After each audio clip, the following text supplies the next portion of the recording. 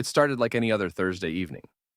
The sun was setting, painting the sky with streaks of orange and purple as I drove home from work.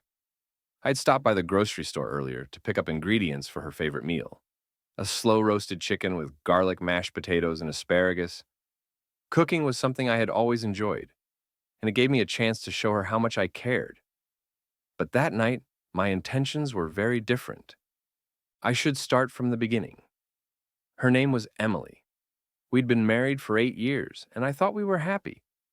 Sure, life had its challenges, jobs, bills, the usual stressors, but I had always believed in us. That belief shattered 6 weeks ago when I found her phone unlocked on the kitchen counter. She had gone upstairs to grab something, and the screen lit up with a message from Jay. Curiosity got the better of me, and I read it. It wasn't innocent. Can't wait to see you again. Last night was amazing. My stomach dropped. I scrolled through the conversation, my hands trembling. Explicit messages, photos, plans made in secret. Jay wasn't just a name. Jay was a man she had been seeing for months. I felt the floor give way beneath me. Anger, sadness, humiliation. I cycled through them all, but above everything else, I felt resolve. I wasn't going to confront her then and there. No, I needed time to think, to plan. If she was capable of this level of betrayal, I wasn't going to let her get away with it. I would make her feel the weight of her choices. So for weeks, I acted normal. Better than normal. I became the perfect husband. Flowers. Just because. Thoughtful texts during the day. Extra effort in the bedroom. If she felt guilty, she didn't show it. She responded with gratitude, even affection. But the messages to Jay never stopped. If anything, they became more brazen. That Thursday, everything came to a head. I'd spent days preparing. The meal was only part of it. The real centerpiece of the evening was in the envelope sitting on the dining table. When I got home, Emily was already there, lounging on the couch in yoga pants and an oversized sweater.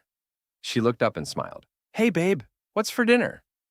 "Something special," I replied with a smile that didn't quite reach my eyes.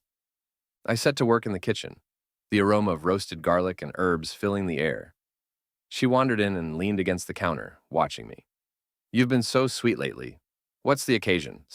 "Just wanted to show you how much I appreciate you," I said, not missing a beat.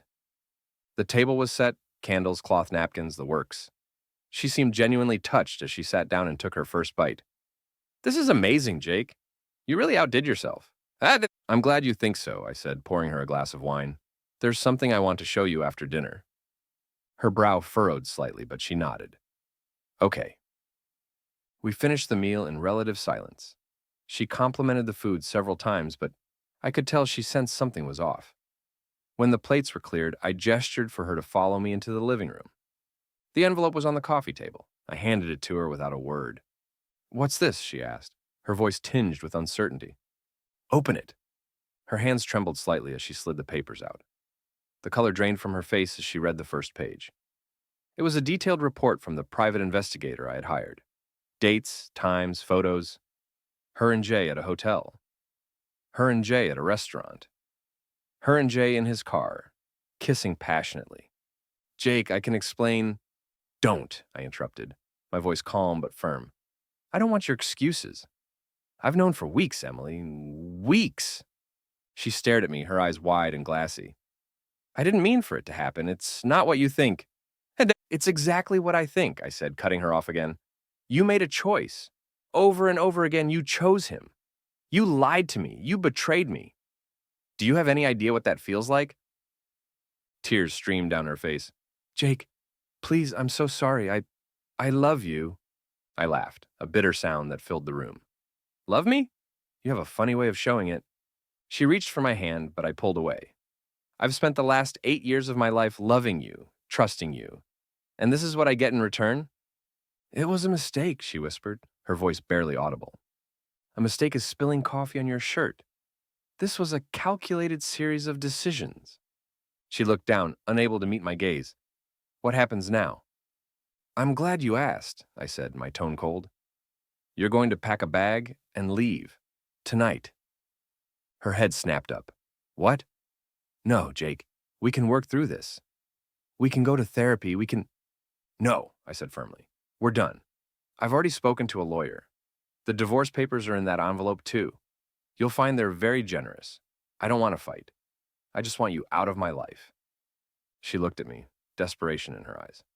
Please, Jake, don't do this. I'll do anything. I stood, my hands clenched into fists at my sides. The time for doing anything was before you slept with him. Now, it's too late. She broke down, sobbing uncontrollably. But I felt nothing. No pity, no regret, just a cold sense of justice. There's one more thing, I said, my voice steady. I sent a copy of that report to Jay's wife. She deserved to know the truth, too. Her head snapped up, horror etched on her face. You didn't? I did. She was very grateful, by the way. Said she'd suspected something, but didn't have proof until now. Emily's sobs turned to wails. She begged, pleaded, but I had already made up my mind. I handed her a suitcase I had packed earlier and pointed to the door. As she stumbled out into the night, I felt a strange sense of peace. For the first time in weeks, I could breathe. The woman I thought I knew was gone, but so was the weight of her betrayal. The next morning, I woke up to a text from Jay's wife. Thank you, I'm filing for divorce today. I smiled. Justice had been served and I was free to start over. Alone, but free. And for the first time in a long time, that felt like enough.